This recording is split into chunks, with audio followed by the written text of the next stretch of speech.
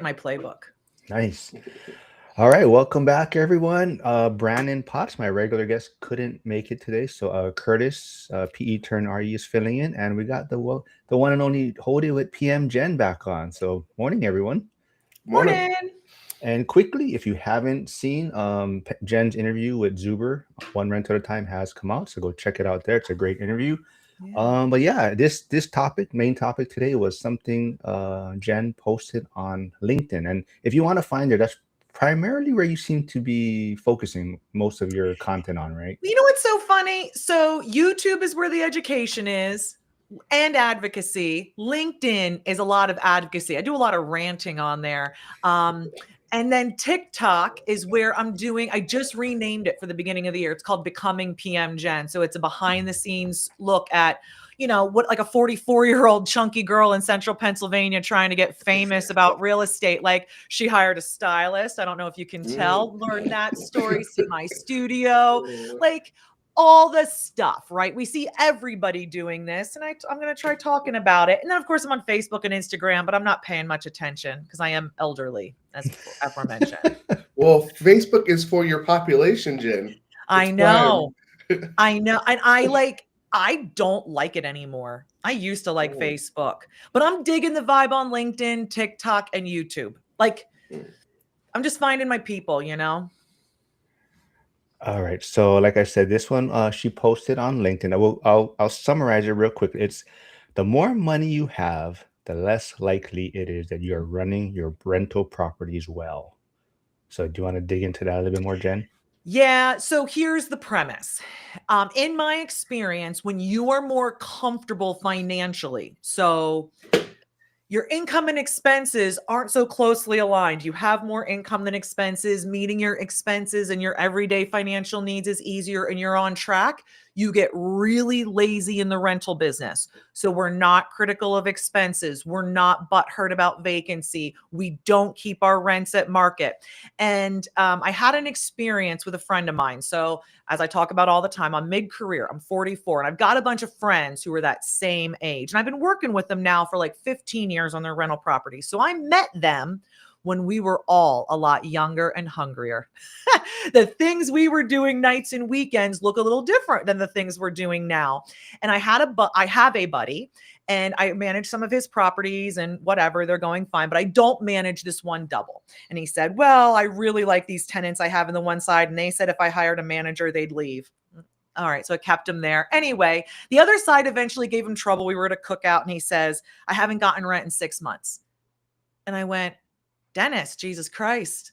I won't sleep now. I won't sleep. What gives? I was like, what gives, man? Because like when I met you, you were selling cell phones on like fucking eBay. Like this is not the man who let 6 months of rent go, but he has become successful. He has a successful business that is not real estate. He also has real estate, but he has a trade that he works in and he owns that business.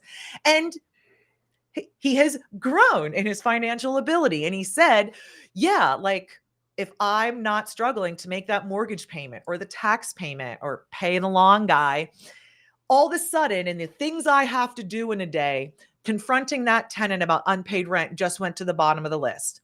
And he's got small children and he's being a good dad and doing all the things. So as he's gotten comfortable, he's let this stuff go. Now, of course, he's hired us. We're handling it. We're getting it all back on track. But I have another example of a physician that I brought on, very poorly managed portfolio. He was doing it himself. And I said, sir, you're a smart man.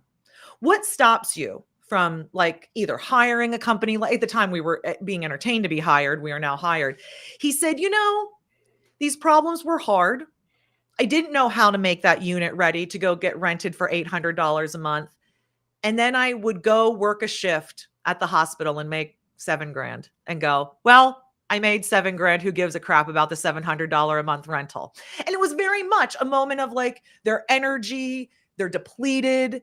They make reasonable decisions for them in that moment. We might look at this as professionals or more hungry financially than they are and go, what are you doing?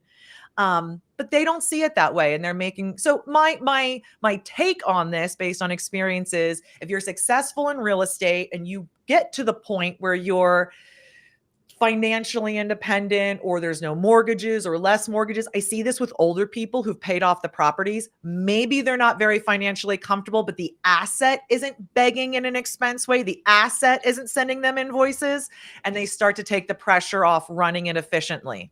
So if you're successful and you get lazy, well, then you got to hire out. You'll see that, Curtis, because you're in the self-managing portion of your career right now, I would assume, right? Yeah. Yeah, because you're very close to it and you're doing everything, and all this experience you have is, and this work you're doing is going to grow a financial snowball that makes you comfortable. And you will have to choose how you handle that, what choices you make, and how diligent you want to be when you're financially free and you're whisking off on a vacation for the new year or something. Do you want to sit down and look at your QuickBooks tonight?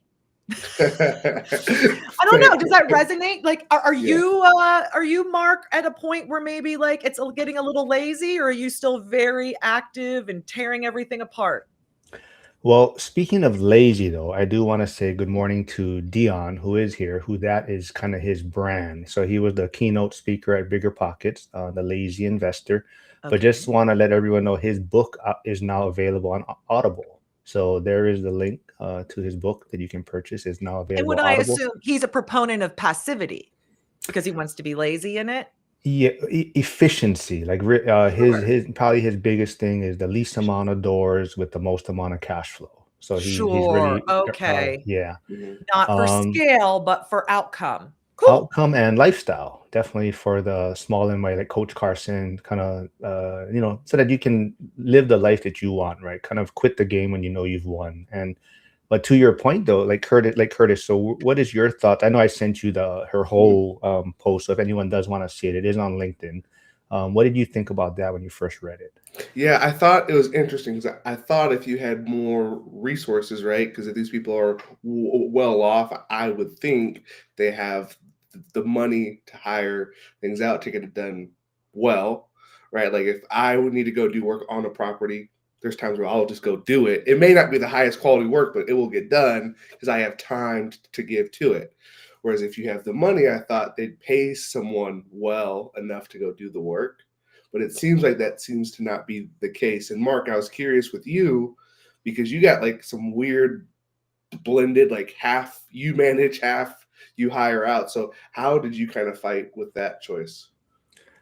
For me, it's just like a learning process and more to show that it is possible for those that may want to do it. But ultimately, I don't really want to be doing any of it. I mean, that's like, if you're saying time freedom is your goal and having the most freedom, I mean, ultimately for me, it's completely hands off. I mean, that's the end goal for me. But for me, currently where I'm at, it's more if something was to happen and I did need to manage them, I do want to make sure I have systems in place and things that I can do if something was needed on my end. But Mhm. it's more the long term vision is I want it completely passive and transition all of them to a property management, at the end of the day. Yeah, like that's one reason that I also like self-manage too, is because if I started off the gate with the PM, I wouldn't even know what their job was. Like I wouldn't know all of the details. But as I'm doing everything now, I'm like, okay, if I hire out ever in the future and this thing doesn't get done, I know they're bad at their job. Right. So Right. right. So I think at the beginning, it's important that you know where you're trying to find things out. And if you mess something up early on when you got one door or something, it's not going to be the end of the world.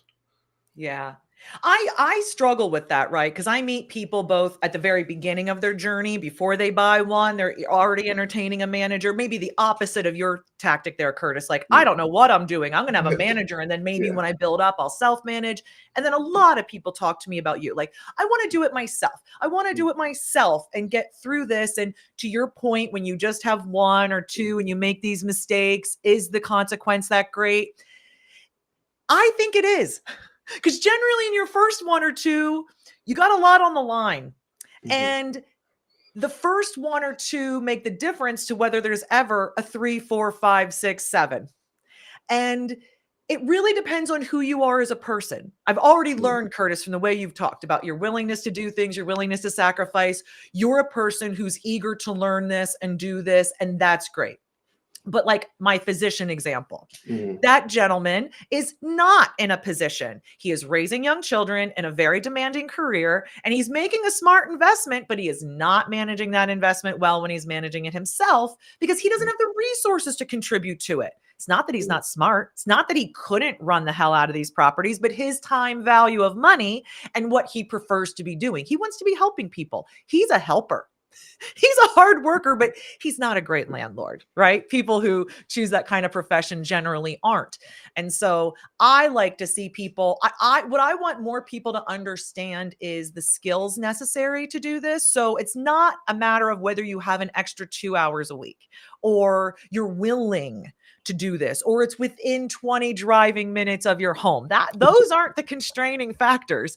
It's really your willingness. And let's paint a picture whether you should self-manage. It's December 30th. In a week, it's going to be January 6th, one day past the grace period on most leases. So, Curtis, you don't have your rent from your property, right? Like, Mhm. are you willing on the 6th to take some action to do this, to hold your tenant accountable, get your payment? I'm going to guess the answer is yes with you. Oh yeah. Okay. But for most people, the 6th would look like, oh, geez, it didn't come through. They're going to talk about it at dinner tonight with their spouse. Do you think I should send them a text? Well, it is Mhm. just after the holidays, you know. They're going to have a 45-minute conversation about whether or not they should hold a tenant accountable to the payment that's due them. And then they're going to nuts around for weeks and months. And I'm sorry, I just know that to be the truth. And if you can see yourself more in that position and not Curtis's at 6 a.m. on the 6th, he's taken action. By the way, that's my school of thought too. There's a job to be done, and today's the day, and we're doing it. Yeah, then you need to consider management, or you need to consider really working hard to change your nature to perform those services. Yeah, and I think some people at the beginning are like, okay, I want to self-manage, I want to do this 6 a.m. thing, but I don't even know what form do I use? What so I think it's very important on wherever you're at that you get tapped into the education for your state or your county. Here in Washington, we have this basically home like landlord page or whatever, and it has every document, every lease form that like you need, and it tells you, okay, if you're going to post this notice, this is the order that you have to go in. And I just think that's fantastic. In areas where Curtis is, where it's very tenant friendly, right? You have tenant activism going on in the Pacific Northwest. You're going to have a lot of publicly easy to find resources like Curtis is talking about. In Pennsylvania, we are not like that. We are behind the times versus the Pacific Northwest. We are still pretty landlord friendly. And I'll say it's more difficult to find information like that. So if you're looking in the North Central Pennsylvania area, my company and Hold It with PM Jen, you're going to get stuff like that from me, resources, because I'm setting you up. But otherwise, real estate investor meetups are a great place to go, right? To go, hey, I'm Jen. I'm new here. I don't even know what the rules are. Like, what is the Landlord Tenant Act? They're going to generally point you in some directions of places they got education. Oftentimes, those organizations have resources, but it's weird how, like, housing is infrastructure and our country hasn't invested in like educating the people who provide that service, right? There's no licensure. Over 60% of our rental housing is owned by Jens and Curtises and Marks of the world, not Blackstone. It's really overblown, the institutional ownership of rental properties. And so it's surprising to me that there isn't a more easy to like that you say, oh, I want to be a better landlord. How about I go to landlord school? Like, they're just, I mean, unless you found something that's, I mean, I know different creators do different coaching programs and things, but I mean, I want something sanctioned, not what like Joe, who bought his first property in 2020, has to say. Sorry, Joe. Sorry, Joe. I don't pay for your advice. Flavio does have a question for you, Jen. It says, what is your best platform to find tenants? I struggle to find good tenants in Washington. Yeah. So it isn't I don't know the answer to that. And when I talk to people across the country, it varies by market. But Zillow is right now the giant in the room, right? This shit isn't happening on Craigslist that much, and it isn't happening on Facebook Marketplace with any kind of legitimacy, right? So we want to focus, in my opinion, you're a legitimate housing provider and you want to be treated like one. You want to be treated like a business. We're not going to do this on social media. We're going to do this on the listing sites. And if you're struggling to find, I hate good tenants. We should say qualified. There are no good and bad tenants. There's qualified and unqualified prospects, and there's compliant and non-compliant tenants, because good or bad implies a moral judgment, and that's discriminatory, and we're not doing that, right? So we want to find well-qualified, credit-worthy tenants. Well, my advice for that is make it widely, like you want everybody to see it. Because we got to think, when Curtis, with his good job and his good credit history and his good rental history, wants to find a new place to rent, he's going to be efficient, right? He's not going to drive around looking for a for rent sign. He's not going to fuck around on Facebook Marketplace talking to every ding dong out there that has weird shit to say. He's going to go to Zillow, Trulia, Hot Pads, one of these, right? And he's going to look for something that appeals to him, that attracts him. So how does it look? Are those professional photos? Are they clean? Are they neat? Does it have all the information he needs? Or is it 2 sentences? Why on the internet are we still acting like we're paying by the word in like the freaking New York Times? You can write like a flowery paragraph, but by all means, make sure the prospect knows, can they have a pet? What does it take to apply to be successful? Your good tenants or your qualified tenants are not going to reach out to an unprofessional ad because they do not want an unprofessional housing provider. They want to know that when the heat breaks, the housing provider can fix it. So Flavio, get off social media, get on housing listing sites, do whatever it takes to get verified and official on there. Good professional complete ads that will attract that qualified tenant. And if you do all that and you're still not attracting any qualified tenants, your rent's probably off. But got to do some work there and see how you're competing.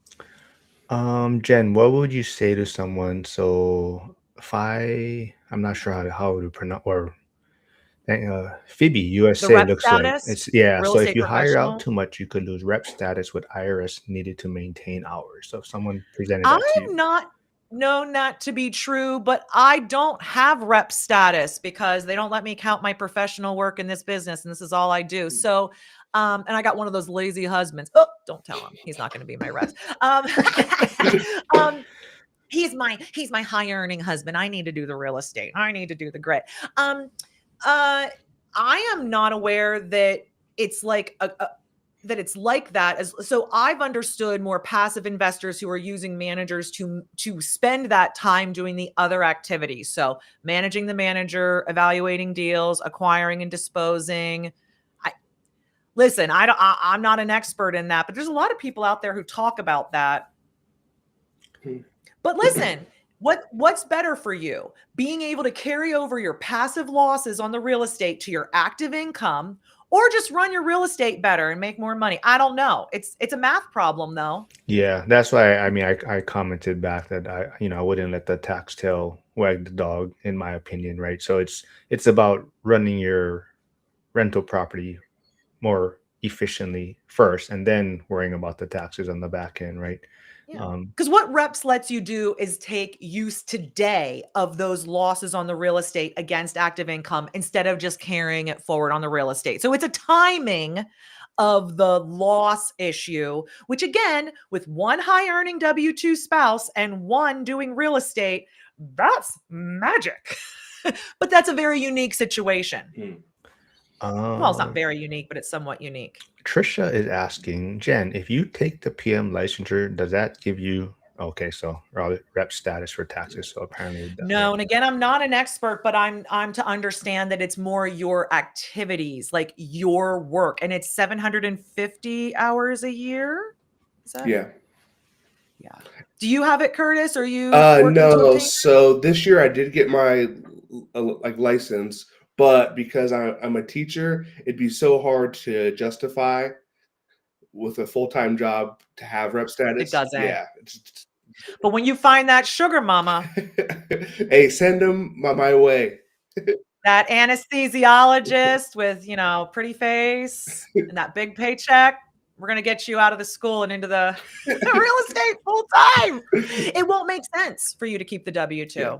Well, in that hypothetical scenario I've placed you in.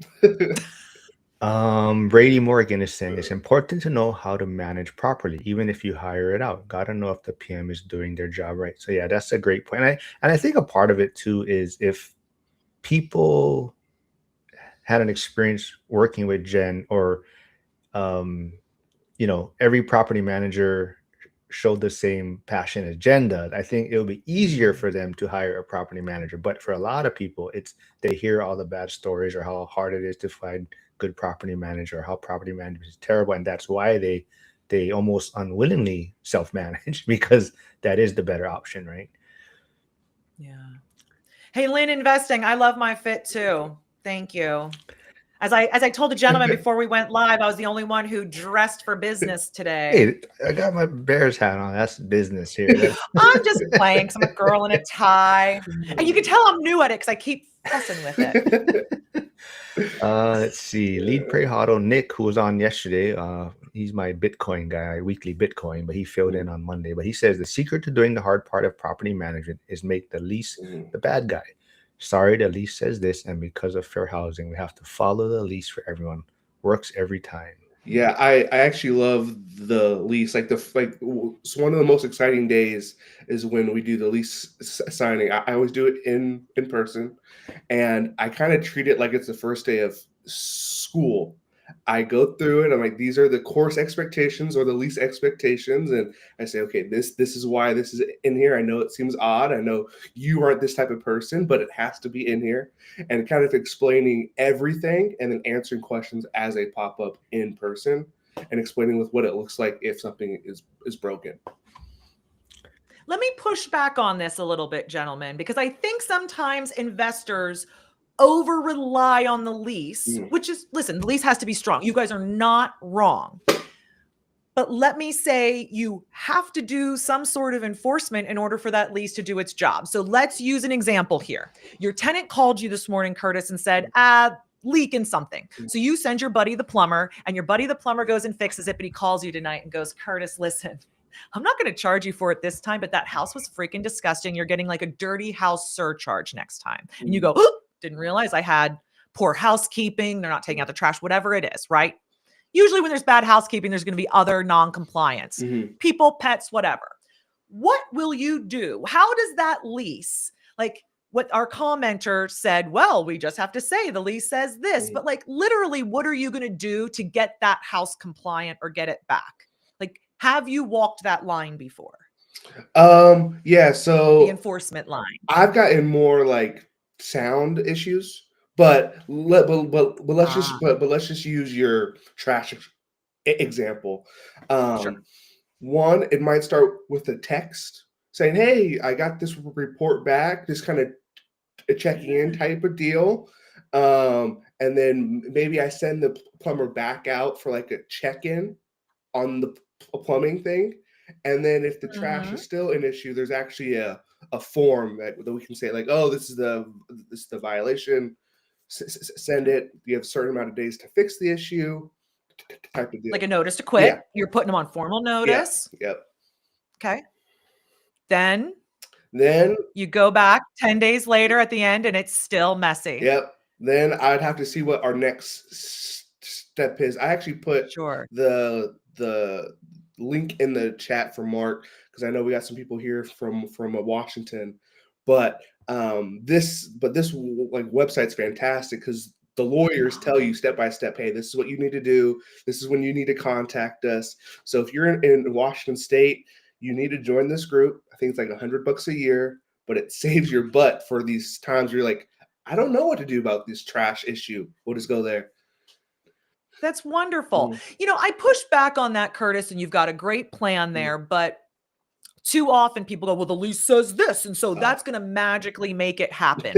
And that's just not true. I have a whole gentleman here. His name is Nathan. He's our rental property inspector and tenant relations manager. So when that call comes in, we have a process, and maybe we'll talk about that on a future live, really break it down, but it involves putting yourself into the situation, talking it through, and then holding them accountable with revisits. And through that whole process, we're collecting documentation and running a timeline so that at the end of this, If they're not able to get compliant, I have grounds to now pursue the possession at the courts, because it's very difficult to get, even in a landlord friendly state, to get possession on anything other than money, like unpaid rent. That is the cleanest. Imagine an immaterial breach, like they brought in an animal, the house isn't clean, they're not taking out the trash, the burden of proof, and to get a judge to issue you an order based on whatever you say in the courtroom, pretty difficult. So anyway, we can talk about that sometime, but just don't over rely on the lease.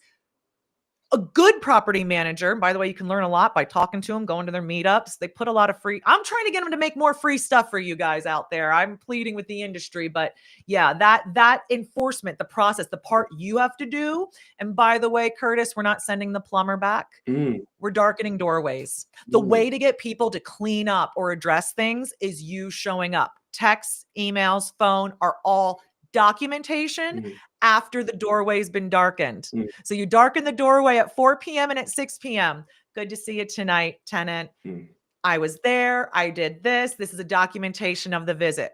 What does that say? I'm not fucking around. I'm not fucking around. So clean up or don't, but I'm building a case. Oh, the ghosts. Yeah, Trisha is saying, yeah, my dad had a tenant that had goats living in the house with him. They would hide them whenever there was an inspection, but the trailings were evident. Trisha did leave a comment in school, or she posted something the last time you were on. That's why, Jen, I'm trying to find it, but there was a product I think you mentioned, not Showtime, but a showing app. Oh, was this about showings? Yeah, InstaShow Plus? maybe. So yeah, so there is a technology out of Lancaster that they're for like the self-managing landlord, but also investors and realtors. But it's a lock.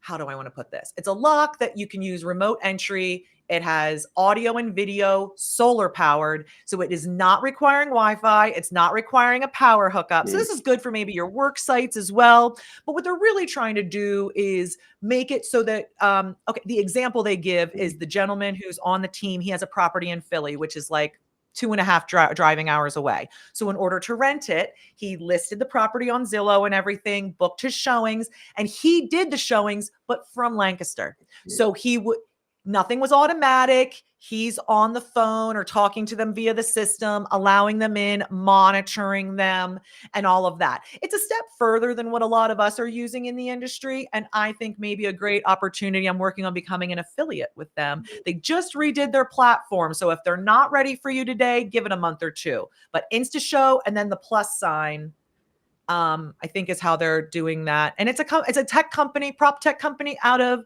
Pennsylvania. InstaShow, that sounds familiar now. That sounds like the post, something. InstaShow Plus is the technology doing that. Yep. So question. So what do you think of someone that does like more open house, not private tours, but they do more the open house way? So listen, open house via scheduled tours all has to do with the supply and demand economics of your tenants. And right now in late 2025, the people across the country are talking about a soft leasing market. We're talking about rents not going up as high as they have been and about longer days on market. So today, December 25, I'm not pro open house. It can be an option. It might be the way you get Saturdays handled. You're only willing to be there 1 hour on a Saturday, maybe that, but then you mix it up. As a professional property manager, we only use open houses when the property needs to be monitored in some way or it's far away. But generally, we're making it as available as possible. And that's where things like InstaShow Plus come in, because you can do self-guided tours and all of that. And I know you're afraid in places like Washington and tenant-friendly places of using self-guided tours because of the threat of squatters. InstaShow Plus is one of those, giving you way more security on that. I think it's a great option for those areas. But anyway, I believe that we need to be making it as open as possible. So I make it look amazing. I put the ad everywhere. I'll show it to anyone. That's my job, to move this product. Now I put if I'm going to be restrictive in my tours, I better put full video, tons of pictures, every bit of information on the website. Because if I'm telling you, Curtis, you have to leave work early, an hour early to go see this place, it better be because you're just making sure I'm not lying, right? Like I want you to be so excited about this place. But yeah, we're doing it with agent guided tours and self-guided tours. But during COVID, there were people pre-qualifying, stacking 10 pre-quals in 20 minutes and getting 5 apps off that open house. So it works if the market's right. But I don't know how, if you're leasing one a year, you ever know if the market's right for that or not. Yeah. Like we're leasing 300 plus a year. We know month to month if that's a good idea. I don't know if you would. Curtis Flavio says he's going to introduce you to a sugar mama. Oh man! See, you're not using these lives well enough. You need to be prospecting. Well, they've You also should wear a tie next the time. last You'll get time. a Oh, you weren't. I don't think you were on Jen, but there's been talk of the speed dating at the next one rental at a time event. For I did hear that. Yes, me and Emily, we were talking about that speed. Yeah, because the guy, what did he say? Speed dating. I was like, what are you looking for? Oh, that's and he right. just wanted to find a realtor better. And I was making a wrong assumption.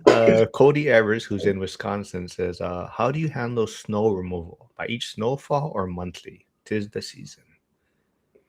How are you? You get snow up there in Washington? You just rain. Not where I'm at. If you go over to where like Flavio is over the mountains, then yeah, I'm sure they get snow. We do, because we're running small properties, we do it by a snow event. So we make contracts with our snow removal vendors per snow event. We're very communicative on these snow events. Like we have a large variety of snow here. We have one word for it, but we should have way more. So sometimes pre-salting, sometimes reprioritizing, sometimes like it's going to be really warm the next day or turn to rain and you don't want to. So we, property managers, become amateur meteorologists, and we do it by snowfall. Monthly and fixed services are often going to be better for your larger communities and your commercial spaces where you need dedicated early service. So when I had apartment communities, now monthly might make sense, because otherwise you're going to have this question come to you. And it came to me when I was a 22-year-old property manager. I got this call like 2 days in advance of the first snowstorm I ever handled on this 300 unit property. And they go, "Hey, this is such and such snow removal." I'm like, "Glad to hear from you. How's it going?" They're like, "Are we activating?" And I go, "I don't know what you mean. What does activating mean?" And they're like, "Well, we take 2 low boys and move the equipment down to your property so that you're the first property handled. Then we move on." But and by the way, activation costs like $500 to move the equipment to your place so you could be first and, guaranteed get the service. But if you didn't, all of a sudden it was unpredictable when they were going to get at you. So they wanted somebody to pay for the activation. So I started downloading, or at the time there were no apps, but I was online, I was Weather Underground, figuring it out. And I got really good at deciding whether or not to activate because I was so worried about that $500. But if you're like us normal folks, this is per snowfall and you're just communicating each snowstorm. It can't be passive. Snow's never passive. What? And by the way, they don't always go out and handle it. You have to fucking check every snowstorm. I wish you didn't. At what scale would you say, okay, this is the size where we do the monthly, this is the size where we do per event? If you have parking lots and roads. Okay. If you have parking lots and roads, like I might start thinking monthly at a couple hundred doors. I don't think you have to look monthly at 100 doors, but it depends on your market and what vendors are offering. Like I'm in a small market, so I don't have a ton of options and we have a lot of flexibility with our vendors to, negotiate. But in bigger places, I don't know how it looks, but yeah, I wouldn't mess around with monthly or guaranteed unless I had roads and parking lots. Man. Sorry, hold on. I'm gonna put your YouTube channel here, but Jen is also on LinkedIn. She is on Instagram, Facebook, but Troy. Hold It with PM Jen everywhere. Yes, hold it with PM Jen. Troy is asking. That's why Troy. He said he was asking somewhere how to connect with you. He says he loves your style of management.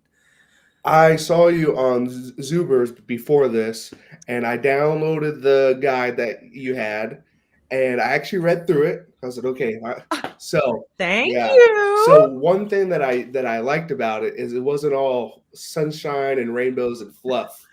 Like you actually said, okay, this place is great, but this is how it also sucks too. Like just be Yeah. aware.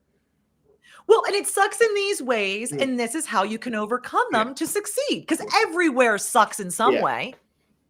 But not all guides or PMs tell you those things. They're like, hey, our market is great because X, Y, or Z, and that's it. Well, they're probably not hoping to get clients, and I sign month-to-month agreements, Curtis. Mhm. This is why I'm so fucking honest, because if I sign you on the wrong bill of goods, I sold you on an expectation, and I'm not sending you that check every month, because we're the only real estate professionals out there who have to send you checks and earn it with you as we go. I don't get a big fat check ever from these people. So, if I sign month-to-month agreements and it's not working out, I'm just going to churn you out. And if I bring you in thinking it's going to produce this and be this easy and no problems, well, you're going to find out if I'm successful and you buy here and you're one of my clients, then you're going to hate me. Mm.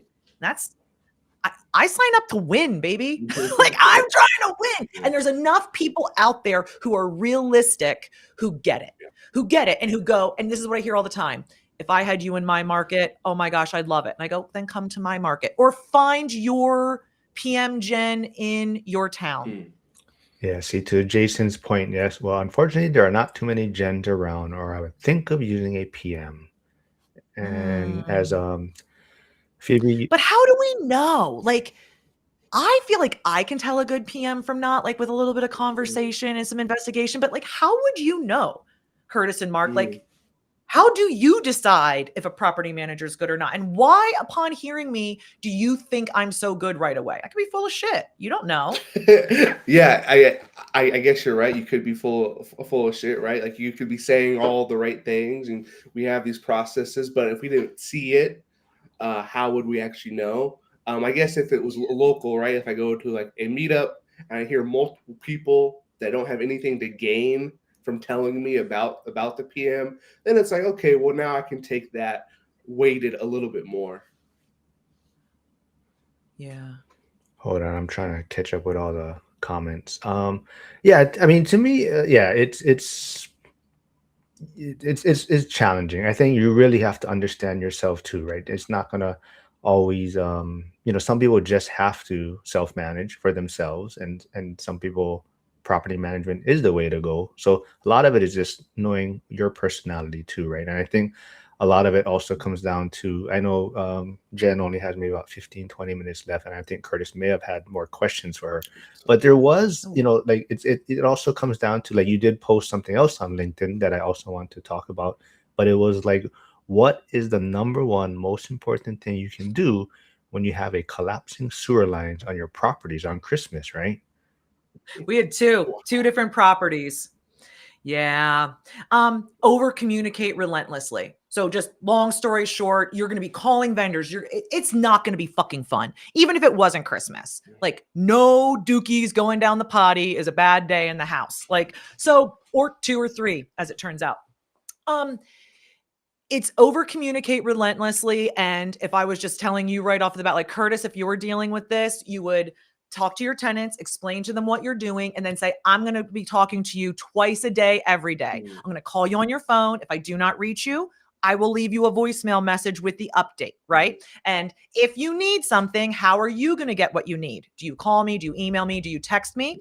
And then you stand by that. So that first day, there's probably going to be a lot of updates. Oh, I managed to speak with 3. 2 are set up to be there tonight at 8. I'll be there, right?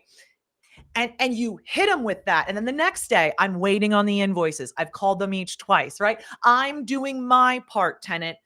And you come to them before they can come to you with a complaint, and keep that cadence the whole way through. It's annoying, but it will keep everything to a dull roar. They're not going to be happy. They're not going to send you a thank you card, but they're not going to withhold rent. They're not going to badmouth you. They're not going to get all aggro and send you a bunch of text messages that aggravate you and make it worse. And you can stay focused on the solution. So yeah, when I came in on Christmas Eve and knew that we were battling too, I took the vendor coordinator, I took the tenant relations manager. I go, Merry Christmas. You're managing emergency maintenance. This is a rite of passage. And this is what it means. Mhm. And you just, and listen, you're within if you had as much money in the world, I couldn't make that thing flow. I can't write any check and make that pipe open on Christmas Eve. Can't do it. Like, I'm within the bounds of, we've got to cut the street. We got to call we call it PA1 call, the utility marker Mhm. people. There's just certain things that need to happen. And when you lay it all out there like that and they see you're moving forward, I think you're good to go. Only the true crazies make you really pay. Yeah. And then if they try to make you pay, you have a timetable of like the excellent service you provided them and you're fine. Yeah, I think one thing that my tenants enjoy, and I got this from Dion, was if there's like maintenance stuff. Now, I've never had like a big emergency like that, but if there's ever like maintenance stuff, I include the contractor or handyman in like a group chat. So that way, so like let's say I don't even have to be there. The tenant wants to be Yeah. home when the person is in their house, which I understand. They just set up and the time, and I can just check Cool. the text. Cool. Mhm. I'm not sure if Trisha means she was trying to connect with you, Jen, but she said she tried to do it after your first interview, but I think the community had overwhelmed your website, so she needs to try. Look at the playbook. Oh, maybe that's what she's. Do you have a link for it right now, or? It's holditwithpmgen.com, and at the top is just playbook, and it's free. But yeah, after that Zuber interview, like you, Curtis, I saw my email going. I was like, oh, something's happening. People are downloading the playbook, and it was the Zuber interview. It's free for now. Let's see. There was. Oh, so Yasik is saying, yeah, the more questions we ask, the more informed decisions we make. Mhm. And I think you also Yep. posted. I think you may have posted this on LinkedIn also too. You were talking about even like Yasik is saying, references or reviews. You don't want just all positive reviews in a sense, right? Because sometimes, On your yeah, Google or Yelp. Yeah. Your Google, your Yelps. I would be critical. I am critical of property managers with many, many reviews. Let's say above 75 and a long history, and there's no negative. Now, here's why. Because one of the things I do for my clients is hold boundaries, and sometimes that has negative consequences. So, one of the things I do in my job is evict people or tell them no to different things or say no to applications or whatever. And that can create negative reviews. Honestly, in my experience, mostly from the friends and family of those who love the tenant. The tenant knows the situation they're in, who knows what mom or grandma or friend was told. And so we get some negative pushback. But what we want to see as a consumer looking for a property manager is, how is the property manager handling that? Are they acknowledging it? Are they being transparent? Because that is my job, right? Like, can you imagine the repo company and what their Google reviews look like? Like when they go get the car back for the bank? Like, and if my job is to get compliance or possession, one or the other, that's not always a frustration when somebody loses their housing. So I like to see a little bit of a mix, and I like to see a mix of where the positive comes from. The positive shouldn't just be coming from tenants and shouldn't just be coming from clients. It should be coming, in my opinion, from all kinds of stakeholders. We have a lot of people who count on us as property managers: tenants, landlords, vendors. The community counts on us to keep a lid on this stuff. So there's a lot of people out there who care about us. I'd be critical. Listen, that's a great way to look at it, but we need to be talking to more people all over and shop them. Why wouldn't you shop them? Why wouldn't you find one of their available listings and go see it? What's the leasing experience like? Is it the kind of experience you'd want to have on your property? I don't think sometimes people have told me, oh, I've toured buildings and they talk shit about the property manager. Yeah, when the property's selling and you're in somebody's home and they're bad mouthing things, that's all, take it with a grain of salt. That's a high pressure situation for that tenant. Housing's very insecure. They're motivated by lots of things that aren't an accurate consumer review. Yeah, Jen, I wish there was a show like the repo for cars, but you and PM. I would watch that show. Pick it up, guys. That's a slow clap. We got to get it going into it. Curtis, I am literally trying to get somebody to pay me to build a reality show right now. I see two different ones. One, showing the problem solving, showing the things we do that save our clients' ass. Examples: a tenant kills himself with a gun in a unit. only tenant on the unit, right? That's a big problem. You can imagine if you're teaching gym that day and you get the call, that's not going to be solved in 10 days and back on the market and everything sealed up like it would be if you had a professional property manager. Or the power company decides to send you a $6,000 bill and some bullshit, and like customer service gets you nowhere. We go to the PUC, right? The crazy things. It's almost like remember that show Dog the Bounty Hunter? And they would be very creative about how they would solve problems and get information. It's a lot like that in property management. So I'd love to show that. I want to call it the rules of real estate because my last name is Rulins, but it's RUELS anyway. And then I also see a bar rescue type show. So maybe, Curtis, you have a 4-unit that either you've run for 20 years and it's not doing great, or you just bought it. And this is something we do here with clients is we stabilize the property. So educating people on, okay, I bought this. The rents are $1,000 a door, but I see these opportunities. There's risks present, there's problems present, and there's opportunities present. How do I make a strategy so that in 20 years, I'm so glad I did these things and ran it, and now it's worth all the money and I'm so successful? That is what I'd love to see. We're doing it every day for people, but it's really real stuff. Love to see it, Curtis. Are you by chance connected to anybody? Because you can get my email. I am not, but a friend in the area, if you call him that, James Daynard, he's on A&E and he shows his zombie flips. Okay. So, and that's the kind of thing that gets a lot of attention. And when there's a guy out in the Southwest in property management, and I'm forgetting his name right now, he does like eviction content. So, and that is often what's featured when you judge by audience and clicks and all that kind of stuff. I'm not so into it. I don't think people who are like on this live stream who are really interested in learning about real estate investment are into that. But it is sensational. I do like cops. Lord knows I like a live PD too, but that's not the kind of program I would do. But you're right. Like anytime it's sensational, but there's enough juicy stuff in this business to not show live evictions. It's actually not that interesting. I was just listening to before we went live today, Theo Vaughn's podcast with Caleb Hammer, and they're talking about they're thinking about doing like ideas, and they had one like if someone, because people Caleb Hammer talks about finance, for people in credit card debt and bad. So he's like, somebody was like, why don't you do a show where you catch someone buying something that they shouldn't be buying and making a purchase, and then you cut up their credit card like right there, like it's somehow you know that they're at this certain store and they're buying something that they shouldn't be buying, and then you cut up their credit card right there. But Accidental Landlord says, Jen, do you recommend providing a 2-year lease renewal option to tenants to reduce turnover risk? So here's my approach on renewals. In Pennsylvania, I like the first lease be 1 month 1 year and no longer than 1 year. Because the rules around notice start to change if you do longer than a year lease. And in the first, they're not horrible to deal with, but I don't want to deal with it in an unknown tenant. So first lease is 12 months. 9 months into that lease, we're doing a couple things. We're doing a financial review. How are they behaving financially? And we do a preventive maintenance inspection to even figure out, should this tenant get a renewal?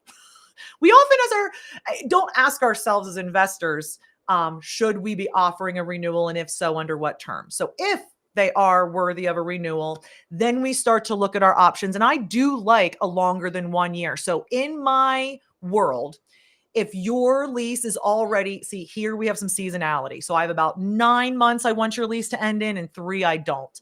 So if you're already in that 9 months and based on the mix of the building, it's a good time, I might offer you a 2-year. And that's the best rent, right? That's the most cost efficient. A 1 year, which would be a little bit more, and then a month to month, which in my portfolio, I'm doing $100 above the 1 year option. So if I'm giving you $1,100 as your 1 year, this would be a $1,200 option for month to month. I like that because that puts a cost to the flexibility. I now know they plan on moving soon. And because they are, I'm getting that rent premium to make up for the fact that I'm expecting a notice at any point.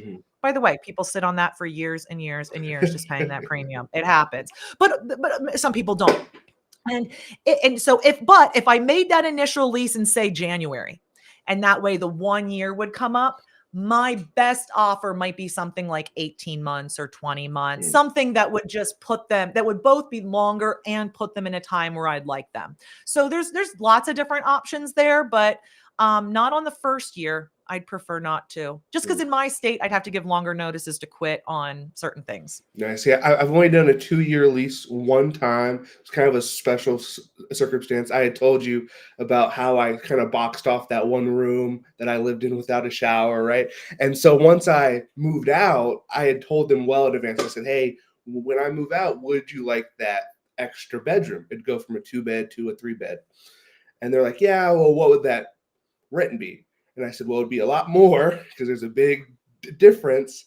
And they said, well, what's the amount? And then I told them, they're like, yeah, that's fine, but can we do a 2-year because that is a huge jump? And I said, and they wanted to lock it in. Yeah. And I said, absolutely no problem. It was almost $1,000 more. And so I said, absolutely. So we locked it in. You have to be laughing at these rent numbers I'm using here, Curtis. Some of them I'm like, well, are you renting out bedrooms? I know. My average rent here in my portfolio is just getting to like $1,000. Oh, wow. So then that kind of leads me to a few questions about your market. Like if someone was interested in like, okay, I want to invest and I want an awesome PM. I only know one awesome PM, Jen. What is your market like for someone that would purchase there? $65,000 average cost per unit. Average multifamily property size is 3 doors, mostly 2s and 4s. A lot of doubles here. It's old housing stock, and the average cap rate's 11%. It takes a long time to place equity here. This is a great beginner market for beginner money. Oh, I got 50K. I can get you into a double and you're well on your way to having this property, you know, for a long time and it performing for you. It's challenging, and then it's old housing stock. But Curtis, if you're interested in my market, go get my playbook at holditwithpmgen.com and then find a realtor. If you'd like a referral, email me. I think that's the instruction in the thing, and I'll refer you. Because I don't do those transactions. I just manage. But yeah. All right. So everyone, tell Jen thank you. I know she has a lunch, right? I'm gonna pop off here in 5 minutes. Faux cheesy. Yeah. So if you got any last minute questions, throw it in the chat. But next time, hopefully, we can get you back on in the new year. New Year 2026 is coming up. But I want to, and with Curtis being the teacher, also, I don't know if he had interest in this one, but I do want to dig into like another one of your LinkedIn posts. You said I've been judging final projects for college real estate students. So yeah, maybe next time on we can dig into that a little bit more. What is that all about though? So I'm good friends with a gal who runs the real estate department at Penn State, and she teaches these courses to the kids. And their final project is making a proposal to an investor based on their buy box. So she goes and gets all of her real estate friends, gets our buy boxes, gives them to the kids, and then they go search the market and present it to us. I mean, these kids don't know how many units are in the property. Everything's going to be student housing. Everything. And every student housing town's a boom town, which I don't know if you guys follow that at all. Ain't true. It is still currently true in State College where Penn State is, but it is not in the rest. And so the wake up call, and I'm a bit of a bully. Like I do like to just put them on their ass a little bit, but that's my job. Like the professor doesn't do that. The mean business lady who comes in to make you panicked and give you the real life exercise does that. I love it. She also has these case competition teams she's been building, and we've been helping them prep with our kind of like feedback and beating them up a little bit. It makes them ready. All right, so maybe it's so cute. These kids are going to go work in like blue chip companies and like look at Excel spreadsheets all day. They're not like us. Not like us. Curtis, you got any last questions for Jen, or maybe we can get Jeff's question answered before she leaves? Yeah. So there's a lot of folks in our community that are trying to manage or trying to at least learn the PM before they hand it off, right? And you've been in the business for a while. I kind of heard your story thrown into the fire, right? You're managing, 300 plus units by yourself. How or what resources would you say, okay, if you want to be a property manager and do it well, this is how you learn? Hold on, I'm grabbing a book. Curtis, you can stick around after she bounces off. Okay. So there's a million books out there on managing your properties. Okay. This is one I recommend it. But why do I recommend this? Well, it's two young women who are doing this. They're speaking to it from a female point of view. So it's different and unique that way. And they really get like their professions are really based in systems and processes. So they understand about setting up tools, systems, so that on the 6th, the same thing happens and being disciplined. So I really like their approach. But to answer your question, Curtis, I wish there was like a Harvard University course you could take or something. And maybe one day I'll write one and have one. But for now, it's find people who resonate with you and then try to go deeper into their world. So if you're a Hold It with PM Gen girl and you really like how I talk about this and I say, hey, I haven't written the book, but maybe this one's for you, maybe. But search around and find the one that makes sense to you. I say when you read content, if you're excited to keep reading, if you're like, oh yeah, that's a resource for you. It doesn't mean that they're saying anything different in this than one written by someone else, but it might appeal to you. Like these gals are in the middle of the Midwest. I also identify with that because that's very much what my market is like here. Mm-hmm. I don't know if this would resonate with you, Curtis, but you got to look around, kind of like when you're finding content creators. You're finding Mark, you're finding Mike Zuber, you're finding Jonathan Green. You're like, find the people that resonate with you and go deeper with them. And then those who don't, if you're alienated by it, I say peace. Like, I don't like schemer dreamers. I don't like people who say you can do things with no experience and no money because that's a lie. So I don't give a shit what those people say. And I would just say to you, like, get really clear on your values and what works for you. Gentlemen, this chat is so cool. Yeah, we have a great community, and I think, like you said, after Zuber's interview, your email or website was blowing up. So I think you see the power of this community. But quickly, Lynn was asking the name of the book. I did put The Self-Managing Landlord. What is there an author for that? Yeah, Amelia McGee and Grace Kudenhoff. They run WIRE, WIIRE, Women in Real Estate. Oh, Look them okay. up on Yeah. social. But this is their book. Bigger Pockets Press did it. Okay. Yeah, I heard it. Guys, 4 people downloaded my playbook on this live. All right, awesome. Well, I'm glad you can get some value. I'm glad you're willing to do this. So yeah, we'll get you back on and go enjoy your lunch. See you guys. Thank you, Jen. Bye. Thanks for your time. Bye. Good stuff. Yeah, Jen is great. Yeah, I'm glad Zuber got to connect. Zuber saw one of her reels that I posted, and he said, "Hey, he says I love this lady." Like that's, so he wanted to interview her. Hey, Justin Cambra's here. So in the new year, I'm also going to be holding Justin accountable. He's trying to reach a certain number on YouTube and Instagram, I believe. So nice. Gonna have to hold him accountable for that. But Flavio, does bring up a question for you, Curtis. Since this is right around the corner, but he says, Curtis, I'm getting my small Subaru ready to hit Vegas. Are you ready to carpool? Nah, man, I am not. No one wants to carpool, man. Just ride the donkey down and you'll be good. Yeah, right around the corner, man. It's about 6 weeks away. You all set for Vegas? Oh yeah, I've been soaking up the last 2 weeks off, and then kind of that January push, and I'm excited for the event. Like last year, it was great to see all the people that we connect with online. It's going to be interesting to see the new folks.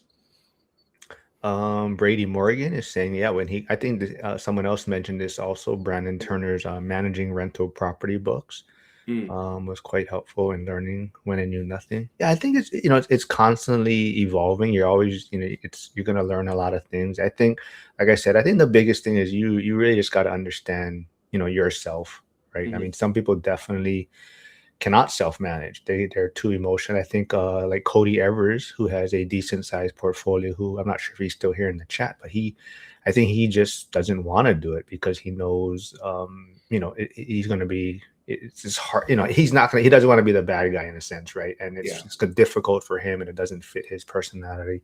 So for him it is very challenging, and he's willing to get a property manager for that, right? Yeah, I think it'd be interesting to see as my portfolio grows, or at what speed it grows, to see if I change. Yeah. Yeah, because I mean, if you think about it, I think a lot of times if you look at I don't know what your exit plan is too, right? A lot of people down the road, that is why they get rid of their rentals at a certain age, right? So they get older, and they've been self-managing or whatnot, and it's just Mhm. like they just don't want to deal with it anymore, right? And then for them, they start selling off properties and things like that. So I think, yeah, definitely, if you can find a great property manager, it definitely takes a lot off your plate. But yeah, anything else you want to dig into? What are you working on now? What do you got ready coming for 2026? And how was your 2025? Yeah, 2025 was good. I'm ready for 2026. It looks like I'm gonna have some events that I'm gonna actually run myself.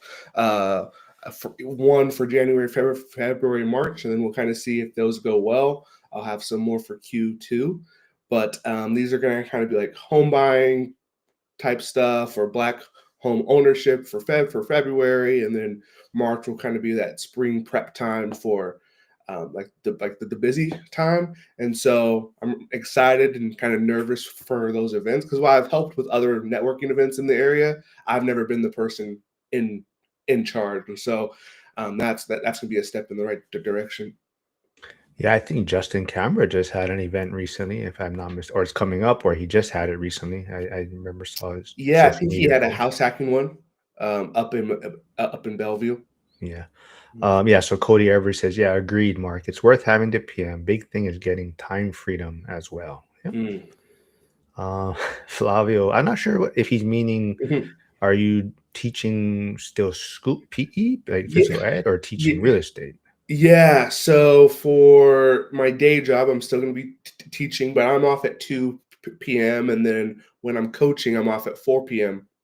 And so the plan is to have a monthly event in the evenings or Saturday, like morning, afternoons for like homeowners or home buyers. Because I do have a full time job, I'm trying to make my work of prospecting a little easier on me. And so that way I can get as many people in the room as possible and try to make some leads that way. Yeah, so Justin Cambra is saying he's doing monthly meetings for investors. Yeah, very cool. I know you've been posting it in school. So those of you that are in school, Justin hasn't been too active, but he is there. So you can always go follow him there and find out more about his what he's working on. But yeah, this was a good one. I love when Jen's on. I think people enjoy when Curtis comes on. So I'm glad you're on Christmas break. But I don't know if you've been following or you saw, like I said, maybe we can wrap it up with this topic. But um, have you seen everyone talking about Odell Beckham recently on social media? What did he do in this He time? well, he came out. He came out. There's this clips of him talking about how you can't live on $100 million. I believe his contract was for like $100 million, and Yeah.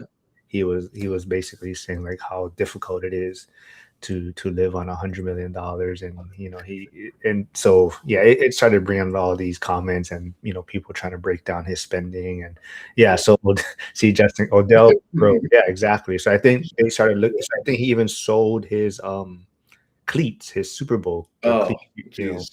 Yeah. So things like that. But yeah, basically he was saying $100 million is not enough. Have you seen the ESPN documentary Broke? No, I haven't. Oh man, it is fantastic. It actually breaks down on how there's a large percentage of athletes that after they retire, they actually go broke. And it breaks down like, okay, this is what he was spending on housing, this is what he was spending on baby mama one, baby mama two, and like it breaks everything down, and you're like, oh, that's how they can actually go broke. Because from the outside view, we're like, okay, $100 million, like most people would be fine, but because of their lifestyle inflation, it's just rough. Yeah. So yeah, Brady says hard to feel bad for a guy struggling with 100 million. Yeah. Yeah. Uh, yeah, but I think so, at the same point too, it's like 100 million, but then you don't realize taxes, right? So a lot of time Mhm. people say they see their contract, but then for someone they're not realizing, then they start realizing, oh wow, taxes does take out this much. And then I think they broke down a lot of it also was he was buying things for family members, right? So a lot of times, and Mhm. it's like, you buy that, you're buying a house for the mom, or the parents, and then it's just all these things start adding up, and they don't realize that, yeah, maybe you buy a whatever $10 million home all cash, but what is the property taxes for it, right? What is the Mhm. yearly insurance? And all these things start adding up, but they don't realize even after you buy the home, there's these other expenses that do come up. Yeah, Um, so my uncle did play for the Bears and a couple yes. other teams. That's the only Bears comment that I'll make. But so I've gotten to kind of hear the stories of what the locker room and what going out was like, and like how the money would just fly as fast as it would come in, as fast as it would go out for a lot of the guys. Yeah, I think definitely that is part of the problem, and I believe a lot of the sports have been implementing. I don't know if coaching or teaching is the right word, but when they start going to these camps, right, to Mhm. training camps or even like the rookie combine stuff, right? Yeah. There's people there already starting to talk to them about their finances and how to handle that. Because yeah, it is a sad situation if you do Yeah. fortunately get $100 million contract and then you're broke within 5 years of your playing days or something, right? It actually is starting to happen earlier and earlier because of NIL, where the college athletes are getting paid. For example, there's a young man at this high school that my school feeds into, so I know all the kids there. When he turns 18, he'll basically be a millionaire because he's one of the top quarterbacks in the state of Washington, and so we already know he's going to get paid. So people are already trying to prepare him now for what to do with the onslaught of cash that he's going to have. And whatever college that he goes into, a lot of the colleges now have, like, you know how they have like academic advisors, like, oh, this is what class you should take. Now they're actually having some financial advisors. I don't know how they vet those people, but they're having those on college campuses too. To that point, like I said, you did play college football. What is your thoughts on the NIL? Yeah, I think NIL, it was a needed thing. I think it's gone so far though that now it's just the sport's a different thing, right? Because Yep. be yeah, because before people just wanted to get paid for an autograph or to be in CFP, like the gamings, right? But it's gone so far that people are having re-sign parties for their like it's just a different thing. It's basically pro sports now, but at the collegiate Yeah, I level. mean, I do agree that they do need to get paid, Mhm. but it's got to a point where now I don't like how they can just leave when they're not playing. Like it's you committed to this university, and now Mhm. you're the backup or you got beaten out by someone else and now you're unhappy that you're not playing and you just kind of jump ship to another so it's kind of See that I actually, that's not the problem that I have. Like, a one transfer, I'm not really too concerned. It's when they go to 5 schools in 4 years or something yeah. crazy. Or did you see that there's an NBA, a professional basketball player that's just signed to Baylor? Wait, what? Yeah, so he played in like 6 NBA games and a little bit in the G League, and there's pictures of him playing like Wimby, but because he didn't play a certain amount, he can actually go back to college. I think he signed to Baylor, and that's kind of the big talking point now. Is like, okay, how are we letting you guys come back? Strange times, but yeah. So yeah, Brady Morgan says every pro athlete should be required to take Mhm. financial education before signing those big contracts. But to Josh Burdick's point too, it's almost like financial literacy is missing from our schools. Weird, right? Mhm. Hey, Hugo's here. Stay winning.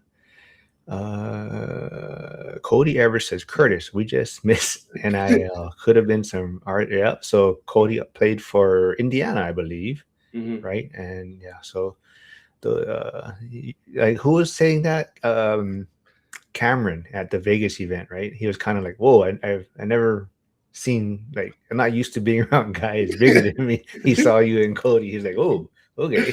Yeah. And me and Cody really aren't that big compared to some of these other guys. We were like, whoa, these are like monsters. Well, Co- Cody's a big dude, man. He's quite bigger than you though, right? Yeah, but Cody will even tell you there's some even larger guys. I think Cody lost weight trying to eat with chopsticks. That's why. So he lost a few pounds when you saw him. But yeah, to me, yeah. I'm sure there's much bigger guys, but Yeah. Although Cody, Mark, to you, I mean, let's just be real, you know. to me, Jen is big. Yeah, I mean, not saying she's big, but Whoa, to cool me, down. she's big, right? Yeah, Jeff is financial literacy needs to be taught in a better way to all students. Well, well, maybe yeah. Well, you being a teacher, I know we touched on this topic before, but part of it though is right is who's going to teach it to them, right? Who's going to be teaching these kids about finance, I guess, in a sense, right? Mhm. So how do you know the educator or instructor? What if they're? I mean, I know Dave Ramsey. The first beginning steps are important, but it's like, what if you have this instructor that is teaching them like no debt, right? As far, Mm. like, taking out a mortgage on a home, right? So is that gonna be helpful when it's very difficult to buy a home all cash, right? Yeah, So that's where I struggle. So I think a lot of it has to be taught at home, I guess, right? So yeah. I think there could be an argument if we're in school doing it like a comparison. Like, okay, first we're gonna read Dave Ramsey's book, right? Then halfway point we're gonna read Rich Dad Poor Dad. And then so that way you're seeing both sides, and as long as the teacher can come at it from a objective view and just say, hey, this is the information, we're going to go through it, and this one we're going to go through and at least have conversations. I think that's probably a way to do it. yeah, absolutely. I think just like I think even like Dave Ramsey, right? It's like the first whatever 4 or 5 steps for anyone can benefit from that, right? So Yeah, it's just a basic foundation, and but of course, also I think the important part is teaching them like how bad credit card debt is, things like that, right? Things mhm. that some basic stuff. But Cody Ever says, yeah, glad they did the NIL and should have done something a long time ago with structure. Now it did get out of hand. Yeah, absolutely. All right, man. Well, what do you got planned for the new year, I guess, coming up then? Yeah, so today and tomorrow I'm dropping some videos before the new year. And then for January, just preparing for our first event, which I'm going to be posting about, kind of that 2026 home buying class, which I'm going to be hosting with two other people. More to share once we get those details ironed out.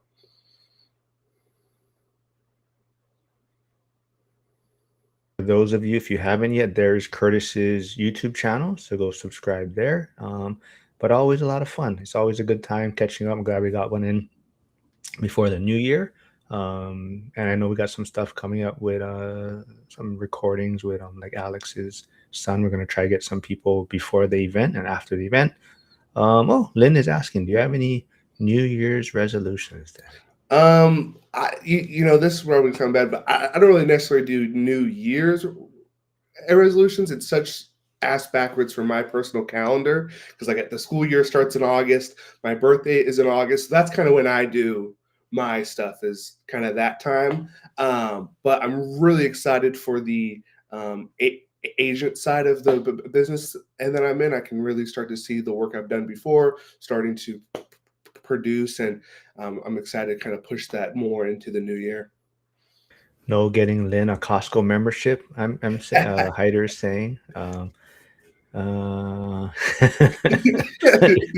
Cody says Redhead use more chopsticks so I can be Mark's side.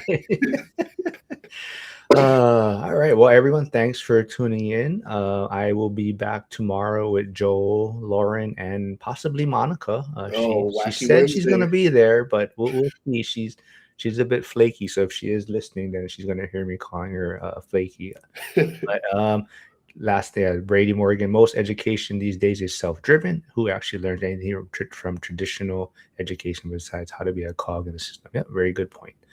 What happened with the ad today? Not sure what he means. Mm.